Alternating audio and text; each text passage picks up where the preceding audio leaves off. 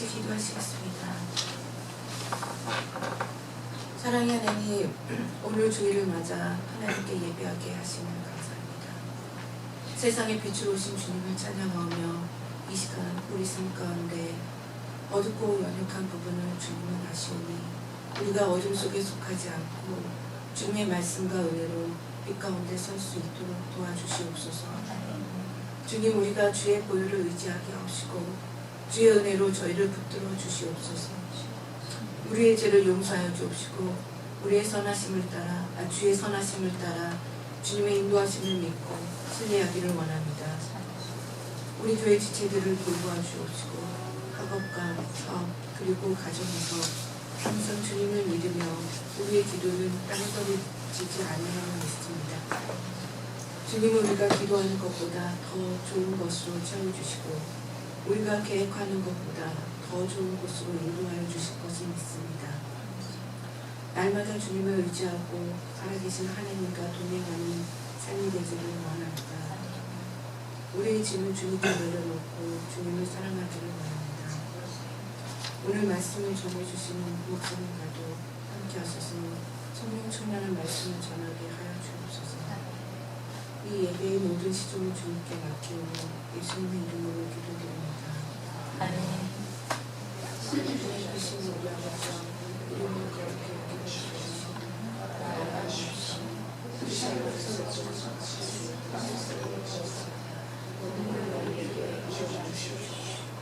우리가 우리에게 주신 것을 사주시옵소서. 우리의 죄를 사주시옵시고 우리를 시험하게 하지 마시옵시고 나는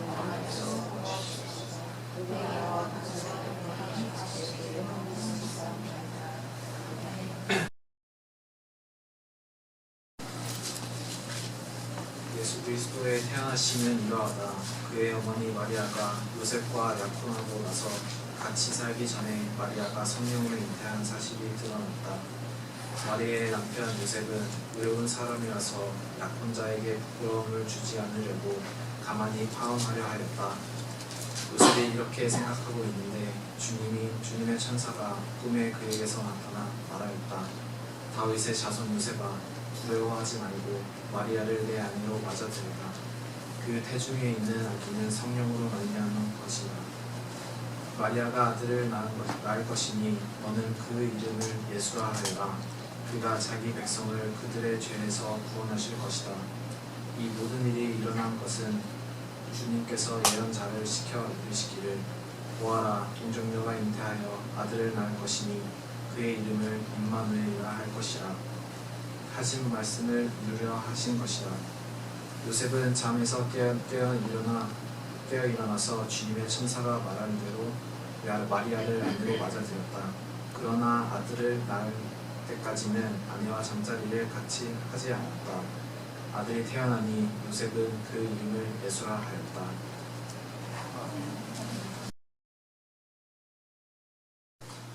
우리 주님의 은총이 그리고 평강이 우리 모두에게 임하시기를 기원합니다. 금요일 저녁에 제가 퇴근하던 길이었습니다.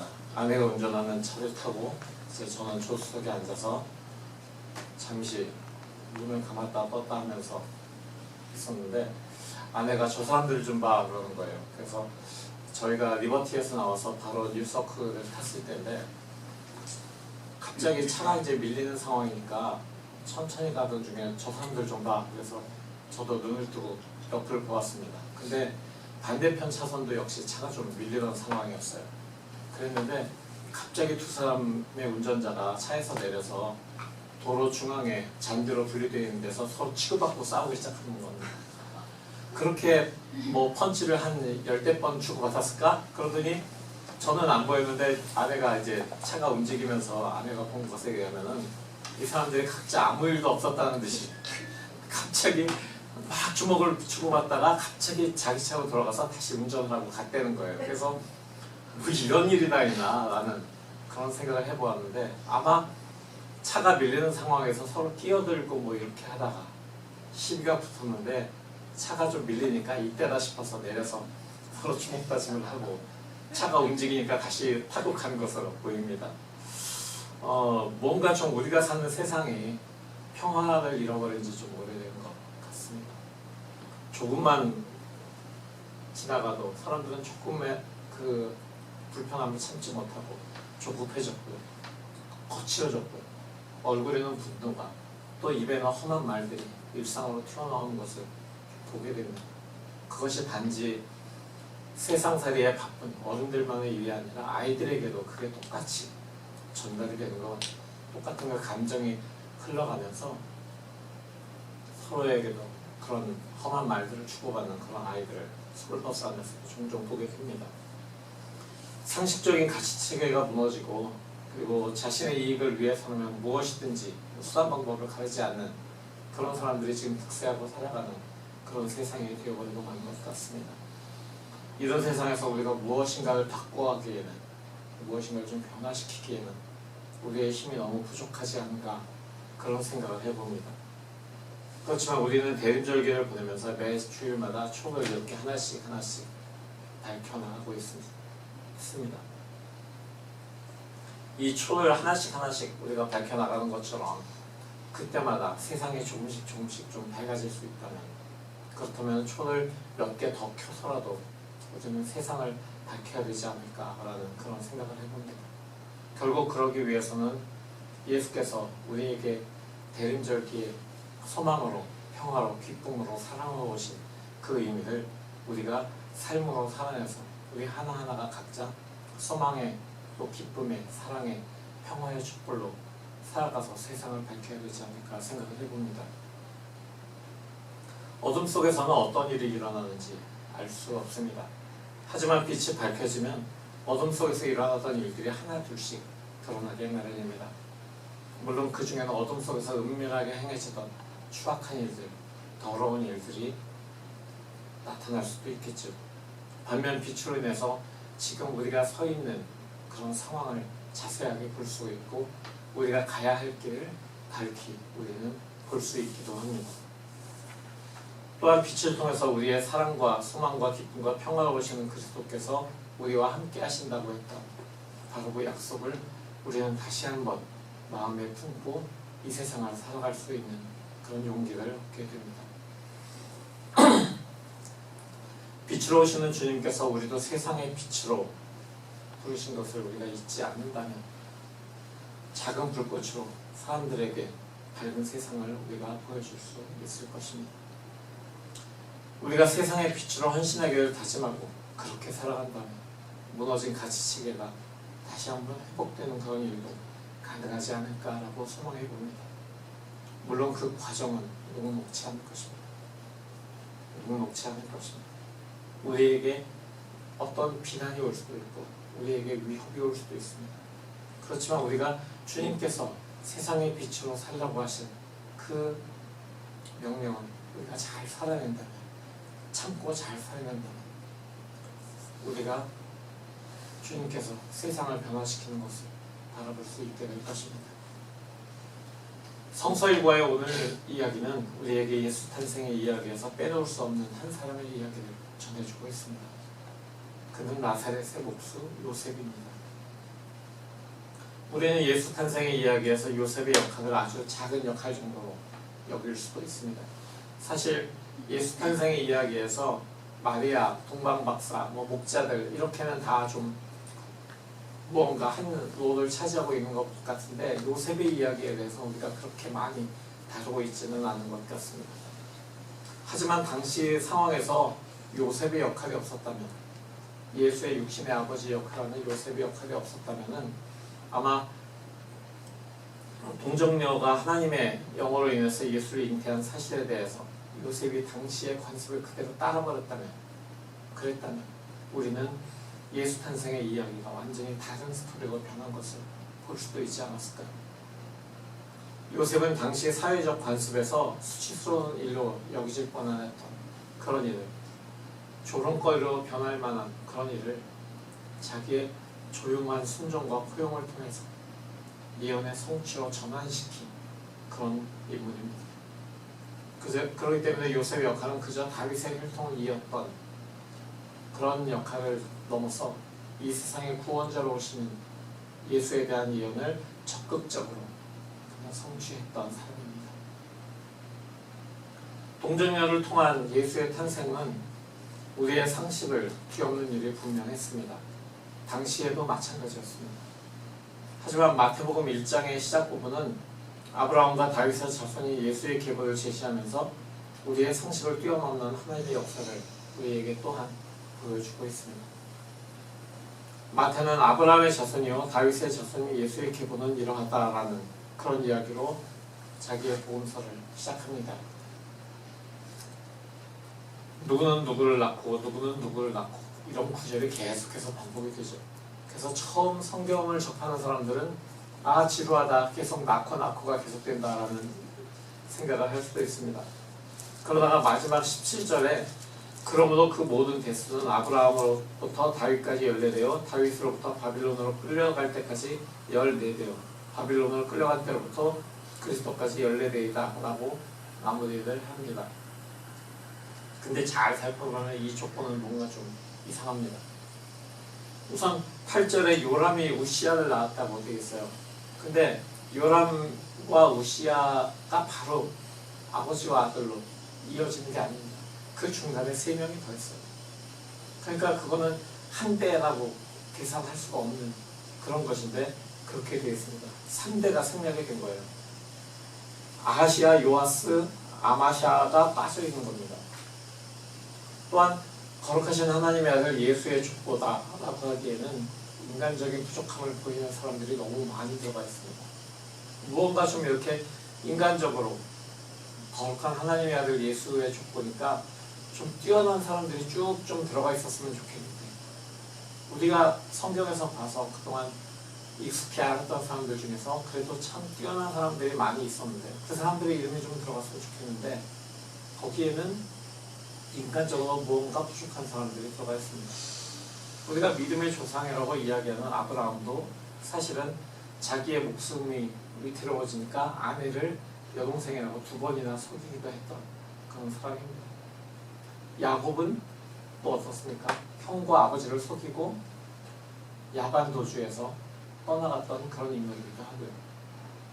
다윗도 그렇게 썩 훌륭하다고는 얘기할 수 없는 것이 사실 어떤 여인을 마음에 품고 그 여인의 남편을 죽이는 그런 살인을, 물론 간접적인 살인이지만 상황을 그렇게 몰고 간 그런 죄인이기도 했습니다. 그러면 마태는 왜 이렇게 왜곡된 이상한 족보로 자신의 복음서를 시작한 것일까요? 왜 하나님께서는 그런 사람들이 다 예수 그리스도의 족보에 삽입이 될 수 있도록 했던 것일까요?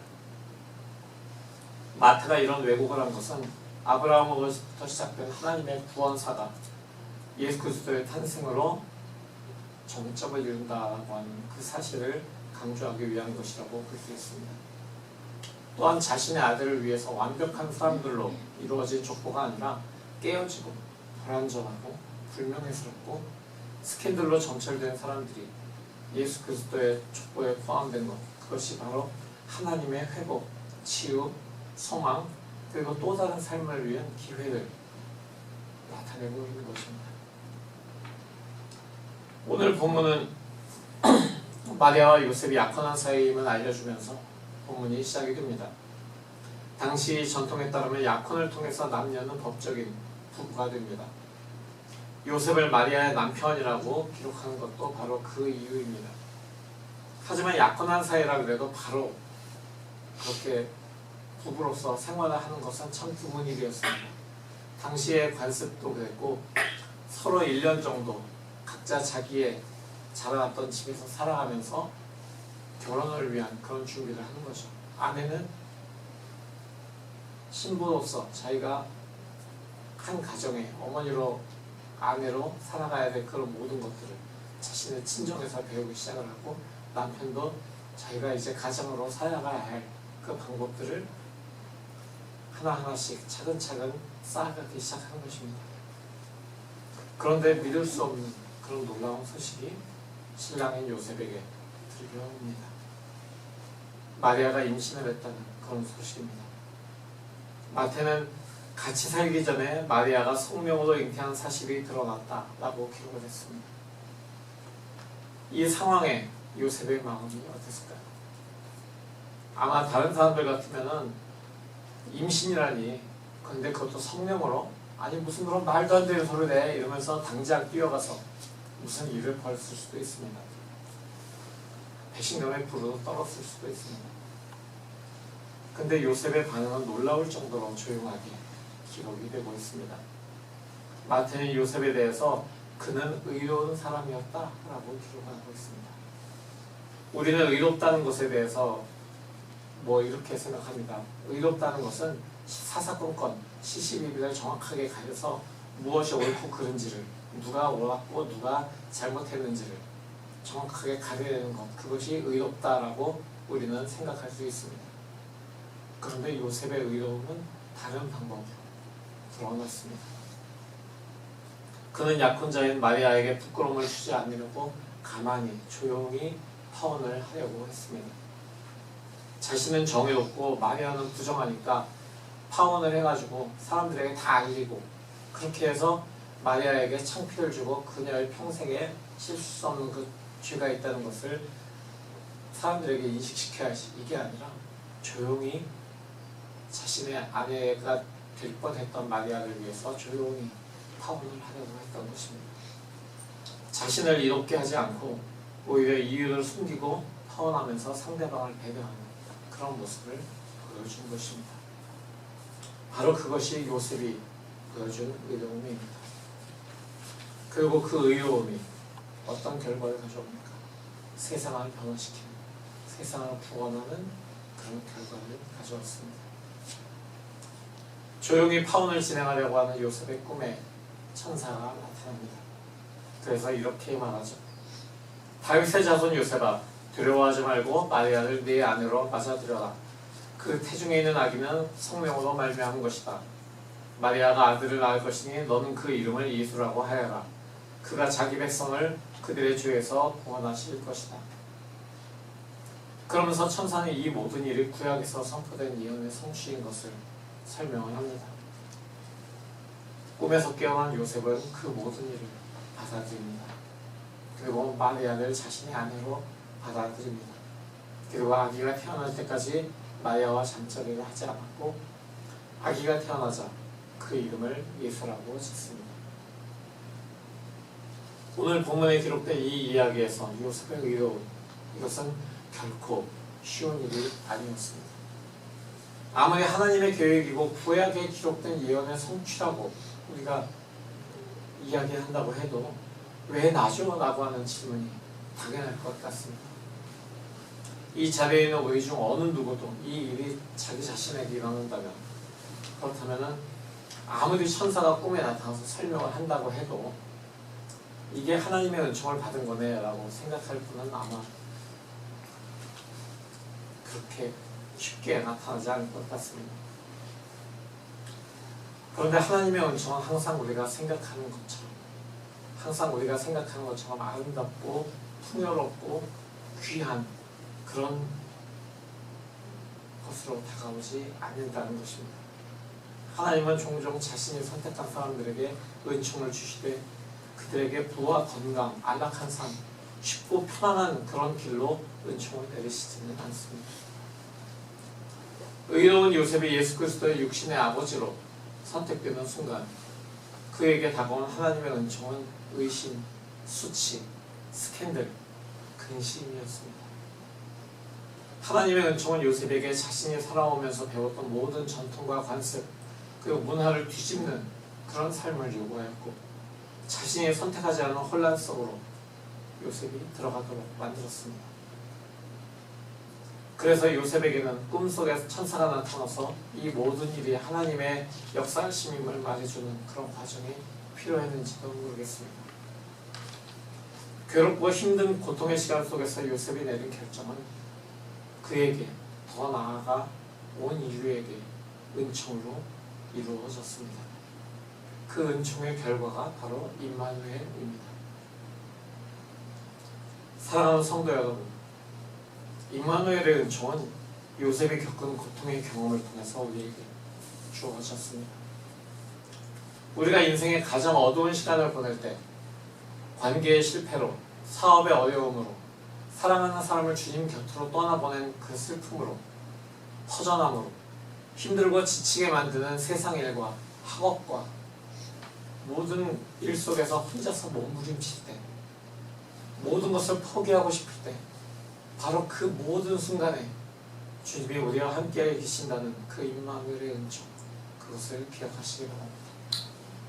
우리 곁에 계신 주님은 세상에 오셔서 거친 광야와 같은 삶을 살아가는 사람들과 함께 하셨습니다. 소외된 사람들의 친구가 되어주셨고, 병자들을 고치셨으며 자신의 정체성을 잃어버리고 악한 영에 사로잡혀 살아가는 사람들을 회복시키셨습니다. 아픔과 눈물, 고통의 씨름이 있는 곳에서 언제나 사람들의 벗이 되어 주셨습니다. 왜냐하면 바로 그곳이 주님의 평화가, 주님이 필요한 곳이었기 때문입니다. 주님의 천사가 요셉에게 찾아와서 한 첫 번째 명령, 그것은 두려워하지 말라라는 것이었습니다. 하나님의 은총으로 들어가는 길에서 우리가 가져야 할 태도, 우리에게 필요한 것은 바로 두려워하지 않는 것입니다. 그러나 우리의 삶 속에 나타날 하나님의 은총이 우리의 상상과 다르더라도 두려워하지 말아야 합니다. 추하고 더럽고 의심스럽고 부끄러운 상황과 마주한다 해도 그 일을 마주하기 원하시는 하나님의 요구에 두려워하지 말고 마주 서십시오. 불안정하고 연약하고 불가능하고 혼란스러운 것을 두려워하지 마십시오. 주님은 바로 그곳에서 우리와 함께 하시고 그곳에 평화로 임하십니다. 세상에 알 수도 없고 줄 수도 없는 그 평화로우신 예수 그리스도가 오셨고 오고 계시고 또한 오실 것입니다. 임마누엘이신 예수 그리스도의 이름으로 선포합니다. 아멘. 오늘 이 말씀을 붙잡고 우리가 이렇게 기도하려고 합니다. 주님, 이 말씀이 내 마음에, 내 삶에 심겨질 때 우리도 두려워하지 않고 주님의 은총을 기다리는 사람들로 살아갈 수 있도록 주님 우리 안에서 역사해 주시옵소서. 임마누엘로 함께하여 주시옵소서. 이렇게 기도하며 나아가겠습니다. 다 같이 기도하겠습니다.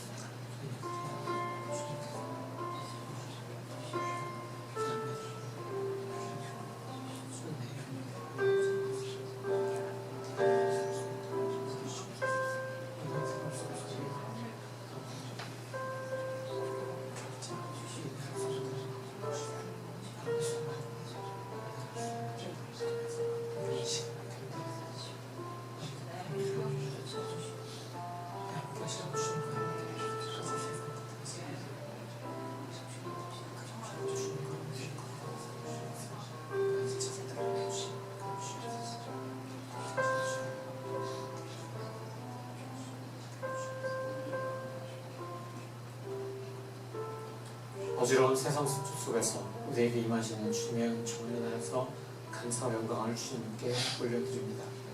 주님, 우리가 주님의 은총을 받는 사람들로서 요셉이 주님의 은총을 받는 순간에 천사에 두려워하지 말라는 그 명령과 함께 그가 자신의 의로움으로 반응했던 것처럼 우리도 주님께 예수 그리스도가 우리에게 보여주신 그 의로움으로 반응할 수 있기를 원합니다.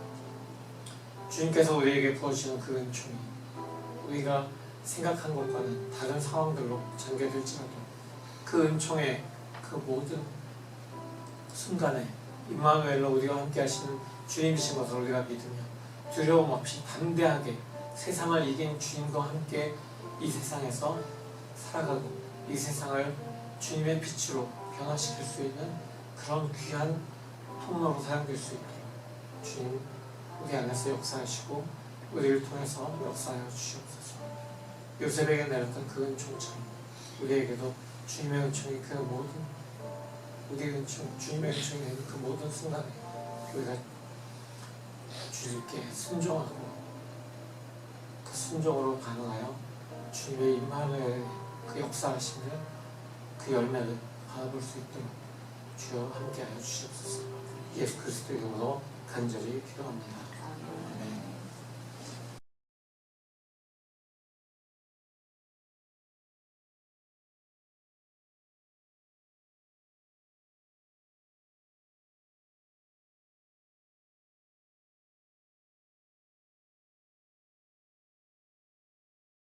사랑하는 성도 여러분, 요셉은 자신에게 임한 하나님의 은총에 의로움으로 반응하였음을 기억하십시오.